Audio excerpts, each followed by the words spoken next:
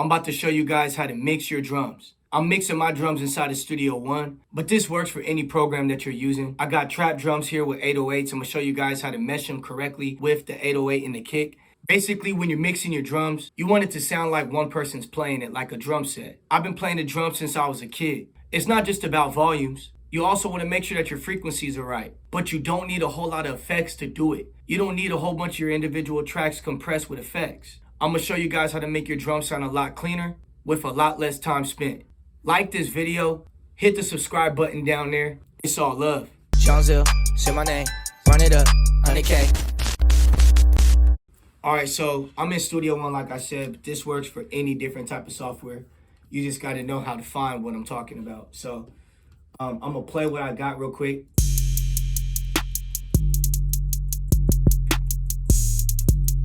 It's just a little 8-bar loop. All right, so first thing we're going to want to do, as you can see, this is in MIDI tracks where I can edit the notes and whatnot. So we're going to need to bounce it to audio files, which is the same type of files it looks like when we record our music. So for me to do that, I'm going to right click and I'm going to go to bounce selection. If you don't see it under the recent items, just go to event and go to bounce selection right here.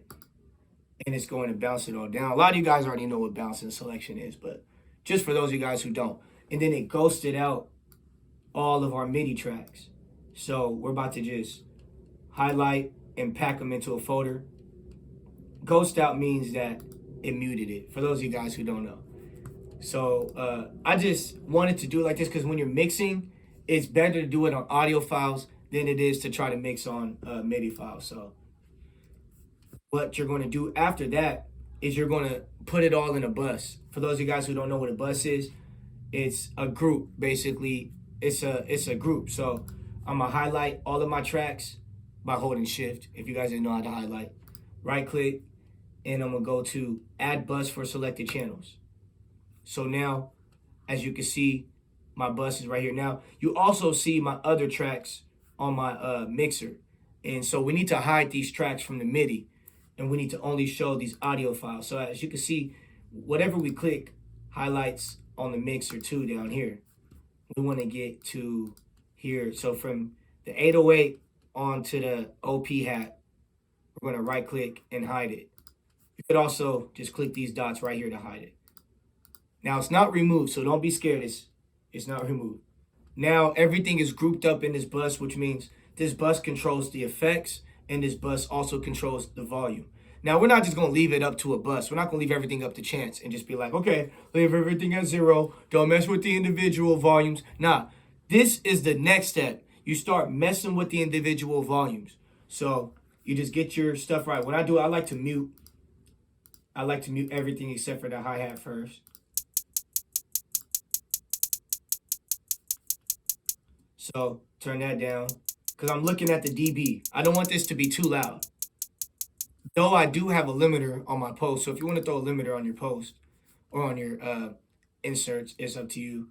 But I do have a limiter keeping me at a -1 thresh for the entire song. But that's not really doing a whole lot, you know. So let's work with the individual parameter. I got it around 12 right there. So 6.3, -6.3. And then the next hat. Not spending a whole lot of time. I'm just picturing me hitting. So I'm going to mute this. It's my other hat. This is, in my mind, this is the pedal. You know, the little step that I'm doing. So I'm literally picturing me playing a drum set right now. Even though these are trap drums. All right. So I'm good on that. Now I'm going to throw the cymbal. Now the cymbal, I got to remember, I'm hitting with my right hand. Most people hit with their strong hand, the cymbal. So I don't hear my cymbal. I hear the open hat. So if you're ever run into a situation where you don't hear your cymbal, like I don't hear my instrument right now, I'm like, what's going on? I'm going to just right click, remove. So that's deleted. I'm going to open back up my folder pack. Go to my cymbal. With the mute tool, I got the mute tool out, unghost it, listen to a solo.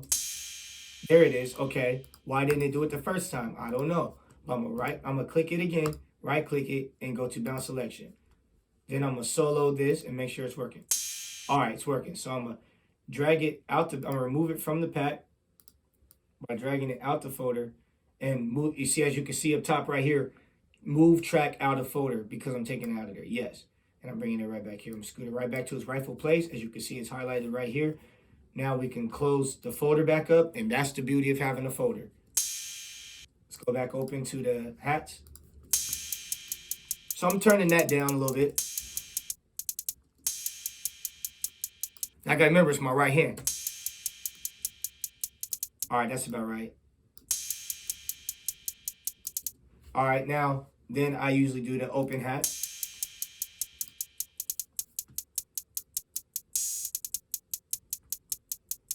I gotta remember it's still my right hand. So I'm gonna go a little bit up to like in the 4 somewhere. Yeah, that's cool.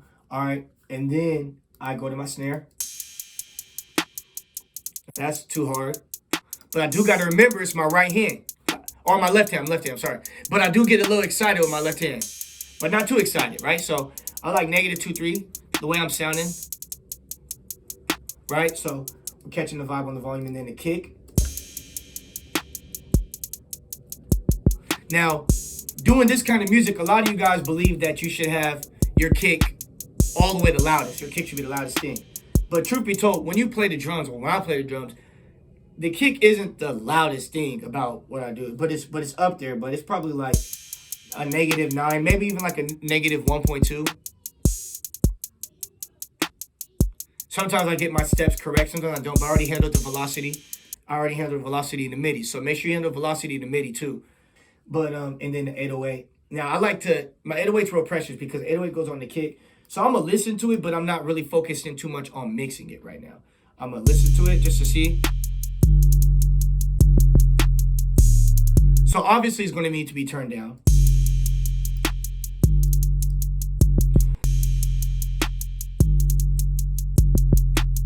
Right? It don't take too much knowledge and understanding to know. So -3.8, I'm happy with that. So we can hide these other two guys right here, 8 and 9.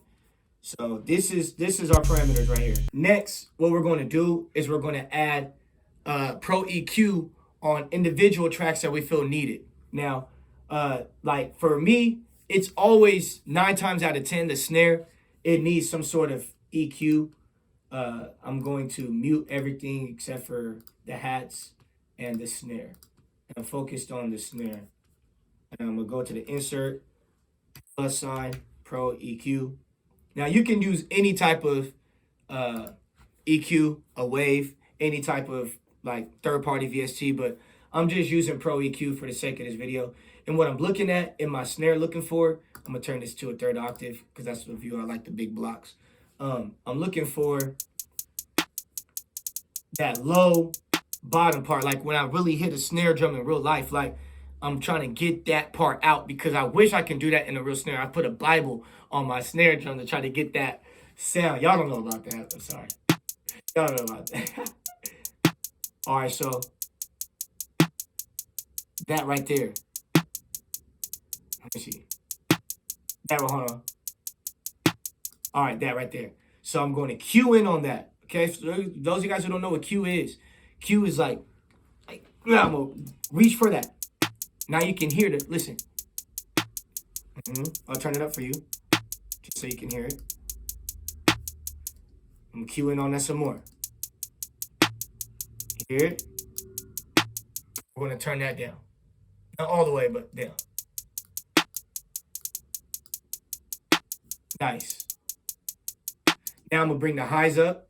Now notice I turned up the gain just so I can hear my EQ. I'm going to bring it back to 0. Best believe I'm bringing it back to 0. But you can turn up your gain on the Pro EQ or on any effect just so you can hear more of what you're doing.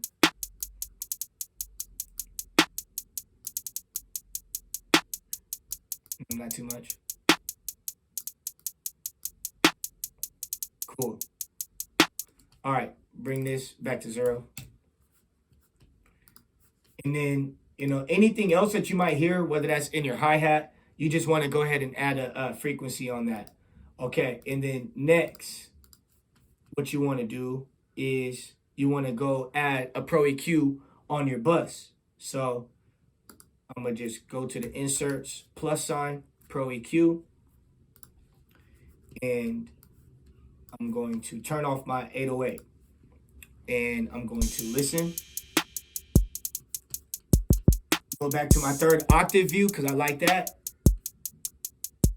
Now what I'm going to do is when I do my Pro EQs on my bus, on my low frequency filters, I turn the peaking to a shelf 12 dB. That way, instead of it being like this where it's trying to get me to cue in on something, I can just get the shelf, turn the lows up that way, and just move right and left. That gives me a little more kick. See, instead of me having to turn up my kick with the volume to try to get that to accomplish what you're trying to accomplish with this sound, I just turned up the bass and the EQ. It's a low part on the shelf. And I already turned down that low part. In the matter of fact, even in the snare, now I can hear it. What I would do on my snare, I went back to double click on that individual parameter. The low cut, I'm gonna turn off the lows of my snare, period. So on that low cut too, bring that down.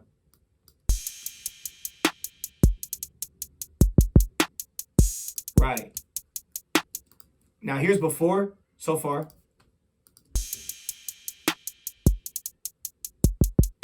After.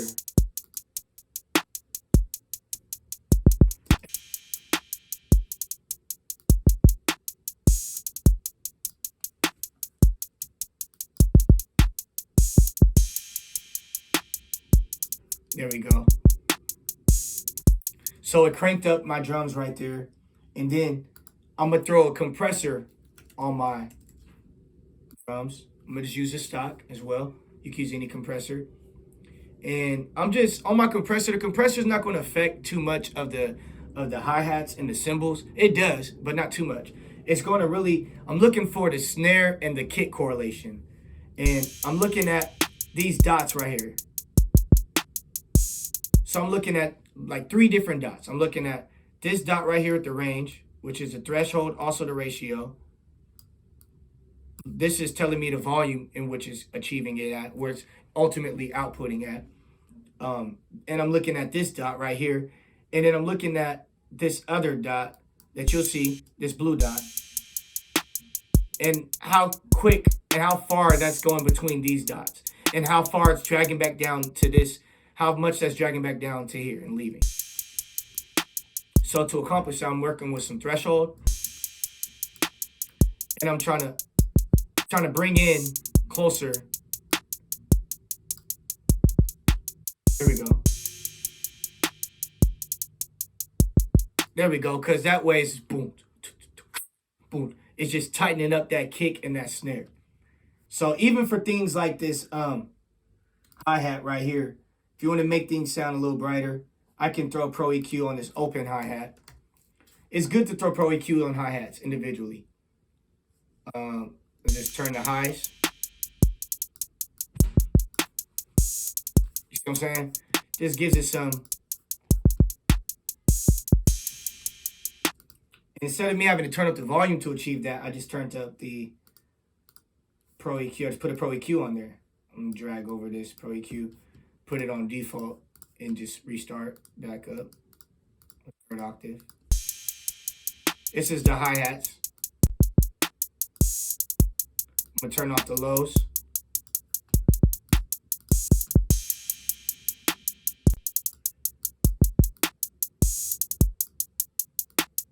As you can see, it's only it looked like a staircase right here.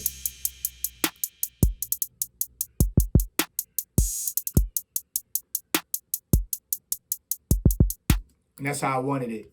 I'm even looking at the mids. Turn down the mids some.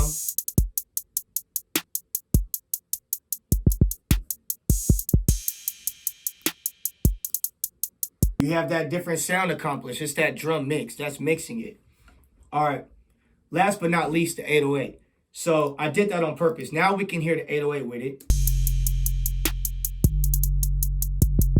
It sounds so clean, right? And if you're ever struggling with the 808, all you got to do is go to the compressor. I'm gonna go to my browse because you got to drag this over to the sends. Drag it to the sends of the 808 and go to sidechain, turn it on, press this arrow button and sidechain it to your kick.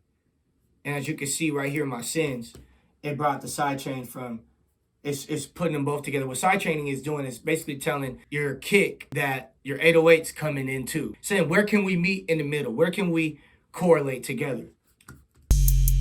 I'm looking at this same thing, the dot. And I'm looking at the side gain as well. I'm listening. I'm looking at the side gain.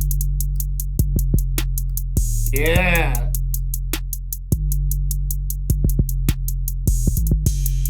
I wouldn't even mess too much with the threshold, with the ratio, because we already did that overall on the bus. So we know everything else is good. We just wanted to get that kick right. I mean, that 808 right. So yeah, that's what it is, man. Do me a favor, man. I taught you guys this stuff. Hopefully this stuff was helpful. Like this video. Man, I feel the love, man. If y'all do that for your boy, like this video. Appreciate you guys, man, for watching. This goes for every genre, man. Hopefully this helps somebody out. Thanks for watching. God bless y'all. Jesus saves. I'm gone.